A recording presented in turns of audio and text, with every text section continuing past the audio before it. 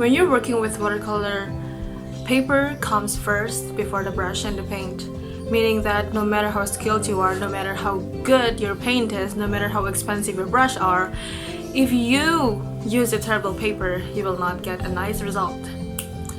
So I will be talking about the comparison between Arches cold press and the Canson moulin.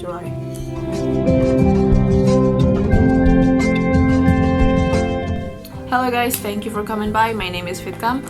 So a lot of my fellow artists says that Arches is the best paper they've ever tried. It became a lot of artists' favorites. For me personally, I think that Arches is really great.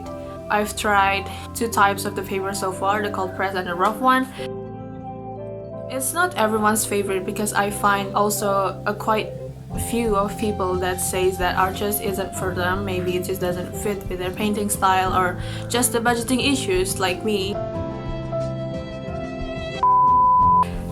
So I decided to get a sample sheet of Canson moulin because a lot of testimonial of people saying that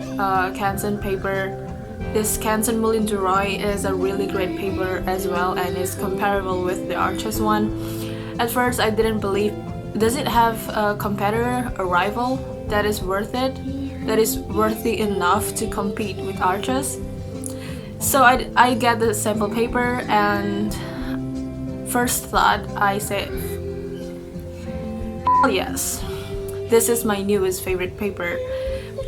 So we're gonna test out these two and let's see if they're comparable with each other. For comparison, Arches is a block pad. All of the four sides are glued together, so you don't have to worry about the paper buckled when you're working with a lot of layers. And it's really convenient if you travel a lot, as you don't need to bring masking tape with you. While the Canson is just a regular pad with only one side glued together. And despite having a bigger size, Canson moulin has a fewer pages than Arches. It only has 12, while Arches have 20. Both are 100% cotton, 300 GSM cold press paper, but the Canson moulin is almost $20 cheaper than the Arches. Canson only cost me for $13.2 US and the Arches was $30.23. I mean, of course, the Arches is a lot more expensive because block pads are more convenient to use, and you might get it for cheaper price depending on where you live. Okay, now let's do the painting test. This is the Canson moulin. I decided to paint half of the paper surface. It'll take longer for me to finish it if I didn't divide it.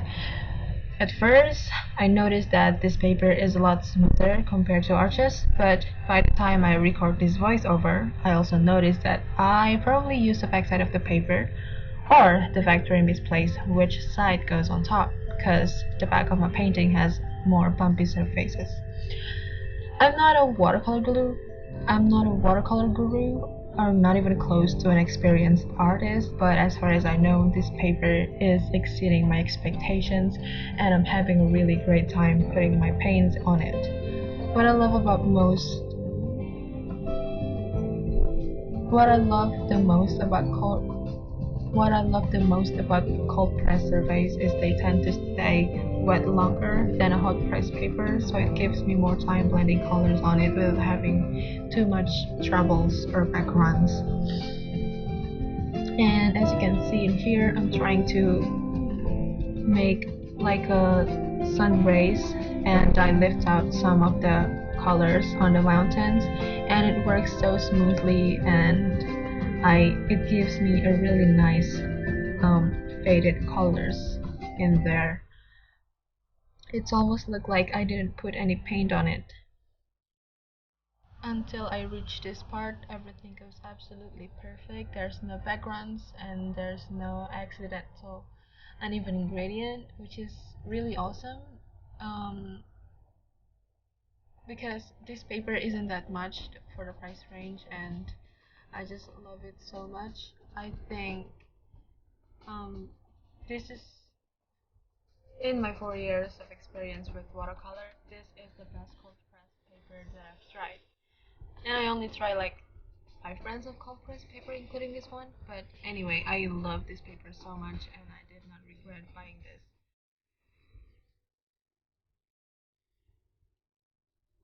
And here I'm trying to paint the trees.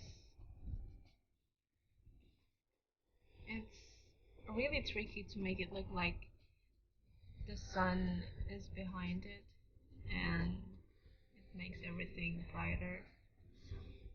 And I am so terribly sorry for the jump. I didn't realize I ran out of storage on my phone. And for the final touch, I put two birds in here.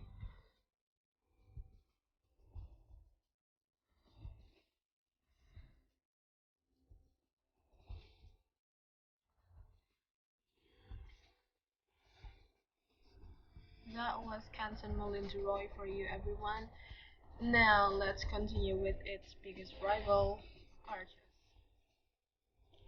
Okay, because it's a comparison video, I will try to make the painting similar.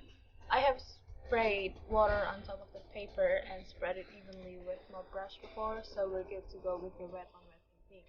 Like I said, Arches has more texture compared to Canson, and both sides of the Arches paper are the same, which is great, and that's the standard of a real professional grade of watercolor paper. One weird thing that I found out about this particular paper: when I put a fresh paint next to a half-dry paint, it leaves a pretty visible backgrounds and hard edges. I don't understand. Is it because I do it wrong? Because with the previous paper, the Canson one, it works just fine and hardly leaves the hard edges. And I've been meaning to say that for a while, because even though the result turns out just okay without too much problem with my previous paintings, but the experience is lower than my expectations, and I expect so much more with this pricey paper. Maybe bad batch, or I'm just dumb. I don't know. Have you ever experienced something like this with Arches Cold Press? Please let me know by leaving your thoughts down below. And for me personally, Arches Cold Press is overrated, overpriced, and not the best artist's grade cold press paper, as I'm struggling with this one. And that's weird. A lot of people love this paper, but definitely I'm not one of them. However, I do love their rough texture paper, and that make me do not want to repurchase the cold press one and stick with the rough one instead. So, in conclusion, Arches Cold Press is a no-go for me, and in this comparison video, the Canson Moulin is the winner. And these birds brings us to the end of the video. Thank you guys so much for staying this long with me, and I hope it useful, and if you do, please consider subscribing, as it'll really help me a lot as a content creator. Alright, I'll see you soon. Bye!